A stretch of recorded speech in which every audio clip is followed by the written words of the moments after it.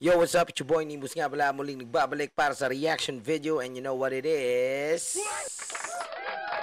Ang i-react natin ngayon ay ang J Bobo 2 version remastered. Okay, so ito ay remastered version by Idol Jowty. So ayun, hindi na natin papatagal ito mga kapatid, mga come on, let's get it on. Oh yeah. Oh yeah. Jowty once again. Jowty J once again. Bobo Oh. 2.5. 2.5 pala to. Kilala nyo pa ba ang pangalan J Bobo? Kilala nyo pa ba si J Bobo? Kilala nyo pa ba ang pangalan J Bobo? Alam kong kilala nyo pa siya. Alright, yo. Once upon a time there was a boy. Yeah, ginawa ko lang toy. Di mo maalala. Alright, mga kapatid, mga muna, this is a classic diss track way back. Kung alam nyo to, talagang pumutok talaga tong diss track na to at talaga namang ang ganda ng laban at talagang kitang-kita naman natin dito kung paano winasak ni Idol Jowty ang kalaban. Let's go. Oo nga pala, di siya kilala. Pinangalanan ko siya ng J Bobo. Alam ko na siya pala. Oo, matangkad, maitim, pahaba ang muka, kamukha ng daga, bisaklat, ng tuka. Hey! Talagang ganon, kaya wag na magtanong kung ba't ganon. Inborn na yon, simulat sa pool, siya'y mukhang gayab na walang blue hole. Talagang masaklap kahit pa i-edit sa Photoshop, sa Unilead o Ano, ikaw ba sabihan ng ganon, ano? Hindi, ano, no? Masakit talaga yung parang sabihin na hindi ka tatablan ng Photoshop. Ganon ka na, baka pangit.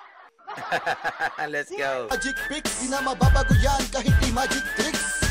Kilala nyo pa ba ang pangalan J Bobo? Sino ngayon na makupad sa katulad mo, wag mo akong itutulad?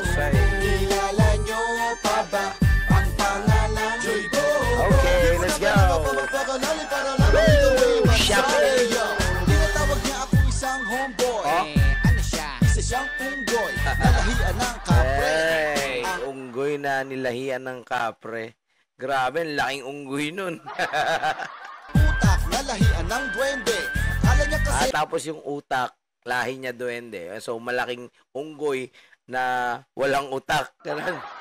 ang cute-cute niya. Hindi niya alam ang dugyot-dugyot niya. Pagkakamalamong ang isang kampon. At si J Bobo, isa palang ampon. Oh my, oh my. Siya pinamigay ng kanyang nanay. Hindi kasi matanggap ng kanyang tatay na may halimaw sila sa kanyang bahay. Kaya ang tatay na heart attack. Di nga akalain na mukhang tiyanak. Ang kanyang anak na bubulwak. Ang balita, nilabas siya sa red box. Kilala nyo. Sabi, ang lakas talaga ng ng hype nung kanta na to. Diss track siya at the same time parang parang party. Sabi yan yung yung parang dinidis ka na tapos tamang clubbing yung dating. Akangas. Baba ang pangalan J Bobo. Sino ngayon na makupad sa katulad mo, wag mo akong itutulad? Kilala nyo pa ba Kulit nung ang pangalan J Bobo? Di ko na kailangan pa magpakalali para lamang ikaw ay bagsak. Kilala nyo pa ba ang pangalan J Bobo? Ulit talaga Sino ngayon na mandis, makupad sa katulad mo, wag mo akong itutulad?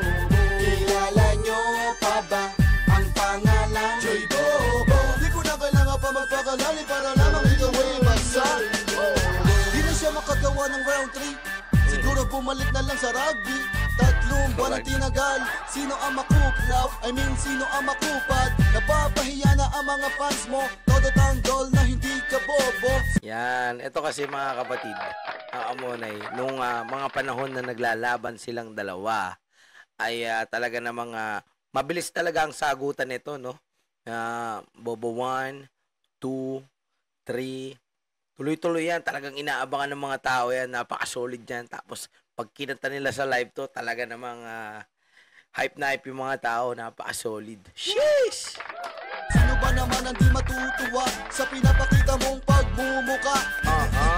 Lemig limatro, pag ikay naka-side view, mukha kang goat. Pag ikay naka Grabe, mukhang kambing.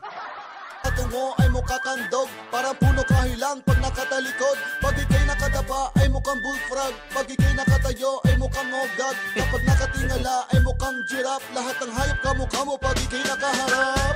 Kilala nyo pa ba ang pangalan? J-Bobo. Sino ngayon ang makupad? Sa katulad mo wag mo akong itutulad. Kilala nyo pa ba ang pangalan? J-Bobo. Di ko na kailangan pa magpakalali para lamang ikaw ay bagsak. Kilala nyo pa ba ang pangalan? J-Bobo. Sino ngayon ang makupad? Sa katulad mo wag mo akong itutulad. Kilala nyo pa ba ang pangalan? J-Bobo. Di ko na kailangan pa magpakalali para lamang ikaw ay bagsak. Kilala nyo pa ba ang pangalan? J-Bobo. Sino ngayon ang makupad? Sa katulad mo wag mo akong itutulad.